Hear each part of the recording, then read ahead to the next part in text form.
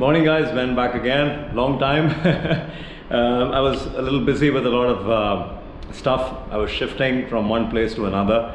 Yeah, I had to shift from where I was staying to the next door apartments. I mean, rather, I would like to call this a villa.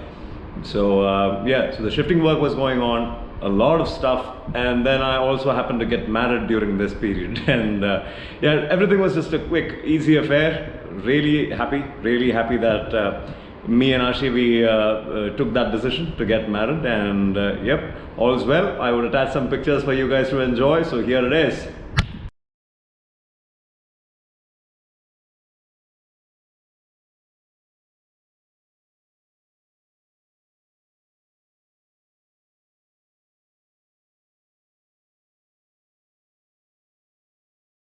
Yep, so now that you've seen what's going on in my life, well, it's now time to pay some attention to this poor little fella. Long time since I gave him some care and love, and so here he is, the Royal Enfield Himalayan, back to taking care of your motorcycle. And so today is going to be another quick engine oil change, but this time we have a surprise. I have something interesting for you guys.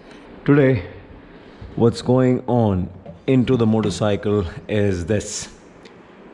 This is AMSOIL's dirt bike specific motorcycle oil, 10W50, and it's a fully synthetic concoction. So I'm going to be, for the first time on the Himalayan, swapping to fully synthetic. I've tried fully synthetic on a lot of motorcycles before that I've owned, and they all seem to work, but not on Royal Enfields. I'm not somebody who would recommend fully synthetic on Royal Enfields, because many a times there has been experiences which owners have shared where they feel clutch slippage after they've introduced fully synthetic oil.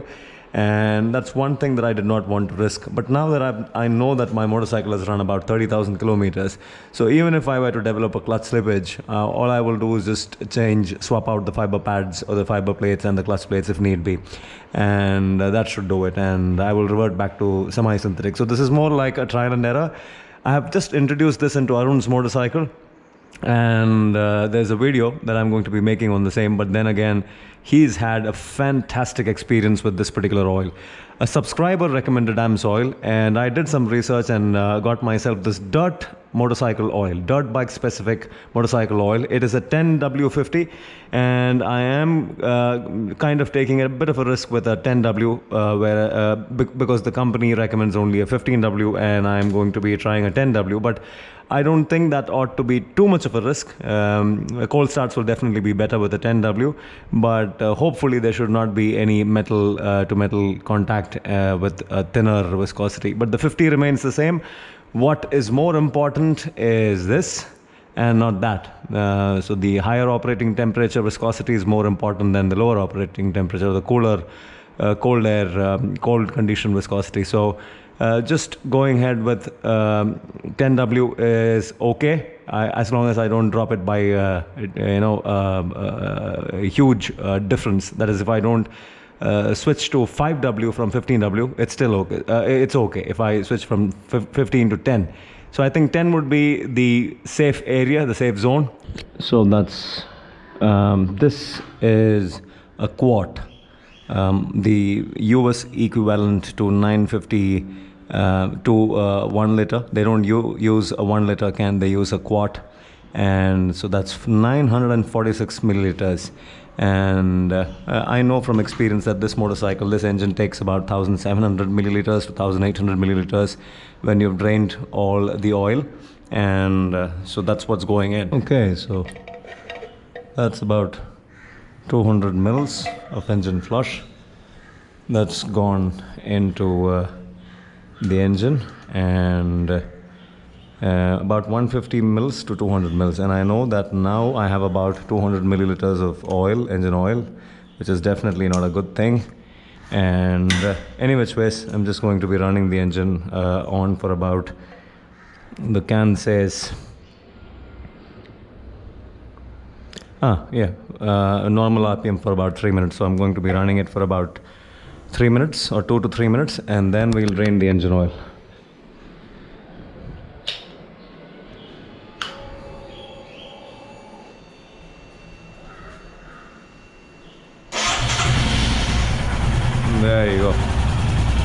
So we'll let it idle for some time and have the flush do its job and then get back to you guys. So this is a 17 mil drain bolt and out comes the used oil. There you go, look at that flow. And yep, that should say a lot about what the flush has done. The flush has kind of thinned out the oil considerably. Why the engine flush, you may ask? Plenty of heated debate on online forums and platforms and about why to use it and why not to use it. And from personal experience, I've used them plenty of times on all my motorcycles and don't really have a problem using them. My experience says this is good if you want to switch from one grade of an oil to another grade of an oil to another grade, or if you want to switch from one type of an oil to another type, like today's experiment, switching from semi-synthetic to synthetic, and just to get rid of all the old oil remnants so that there's no mixing and blending. And well, that's about it. That's all that I know. That's all that I've been doing. So this motorcycle has seen engine oil flush twice in its lifetime of 33,000 kilometers, and today is the third time that I'm using engine flush on this motorcycle.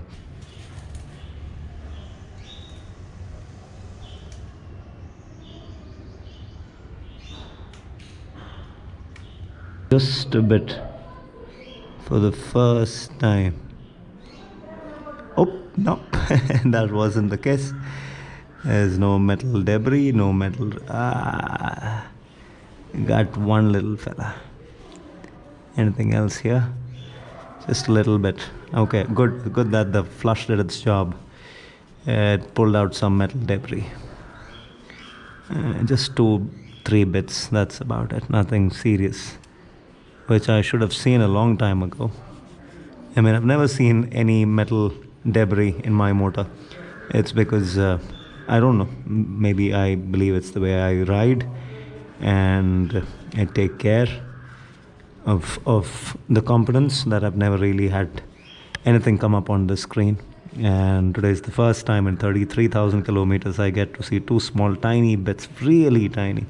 I've seen far worse in my other motorcycles, far worse. Means going back on, it's more like a trapezium. The narrower side goes inside, the wider side stays out. All good. And yep, so clean cap. Going back on.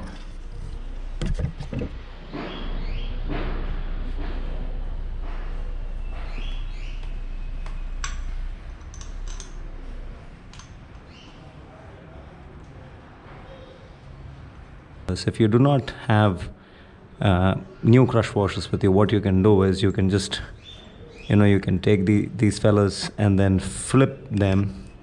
You can take these fellas and flip them and then shove it back on. It's almost always a good idea to use a new crush washer, but just in case if you don't have any, you can keep flipping them with maybe 3 or 5 times of engine oil change. I've seen that they hold well. Then maybe you can get yourself a new crush washer. So let me look if I have a new one with me.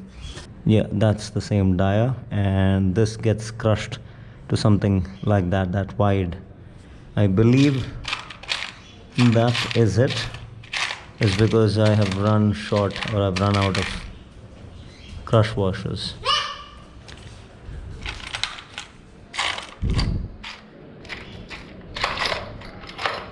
Yeah, so that's all the crush washers that I have.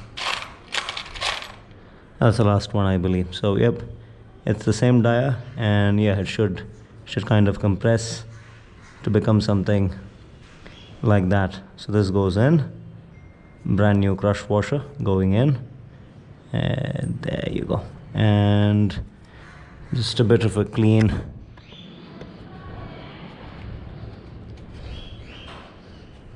I'm not going to be using any sealant on this, is because there's no need.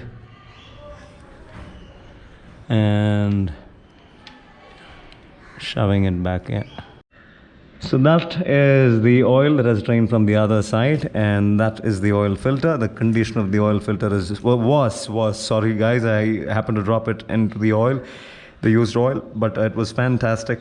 I mean, fully soaked, and it does look dirty. It has taken as much of dirt and carbon as it can. So fully saturated, loaded oil filter. And yep, so for as long as the oil was dripping from this side, I was busy with cleaning the gasket.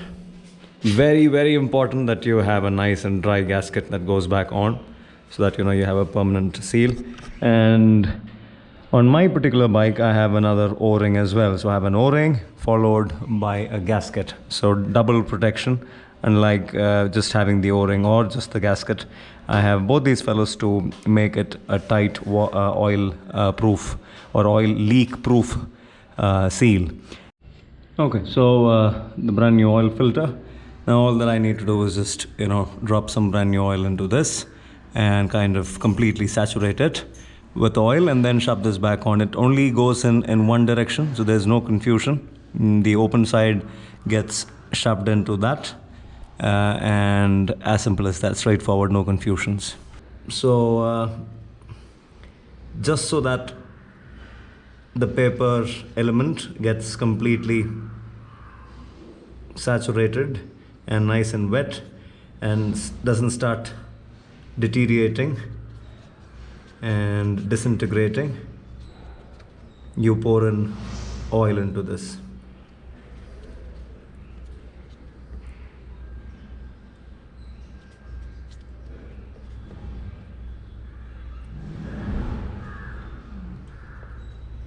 Is this on? Like this. The camera. It is. Yeah, so that's as much as you need in the oil filter. Good to go. Brand new oil filter. I just hope that someday there will be an aftermarket manufacturer who will come up with an oil filter for the Himalayan. But until then, we are forced to work with the stock oil filters. Cleaned. Very important that you clean these bowls and apply constant pressure on the cap so that it doesn't pop out while you are inserting these bolts. There's a spring that will try and push the cap outwards pretty hard. So it's your job to apply pressure on the cap until these bolts seat hand tight. Yeah, 2 will do. The third one is not going to be much of a problem. Then you can release your hand and then shove the third bolt in. Remember, when you shove these bolts in, if you feel that there is some debris inside these holes, it's important for you to clean them up first and then shove these bolts in. Otherwise, you're risking a stripped thread. Job done.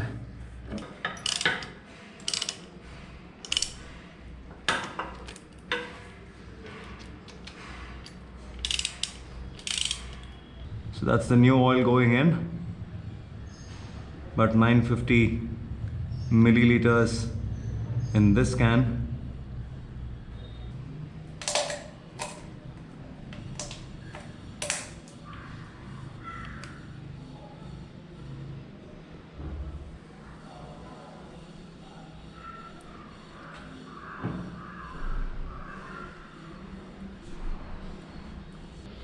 Pour in the first attempt until the window gets full. There's still a bit of an air gap on top, but do this first. Put the cap back on and then let it run for some time. Let the engine run idle for about a minute, and then we'll see if we need more, or we can call it quits with that. Can you just press the clutch? Hold the clutch.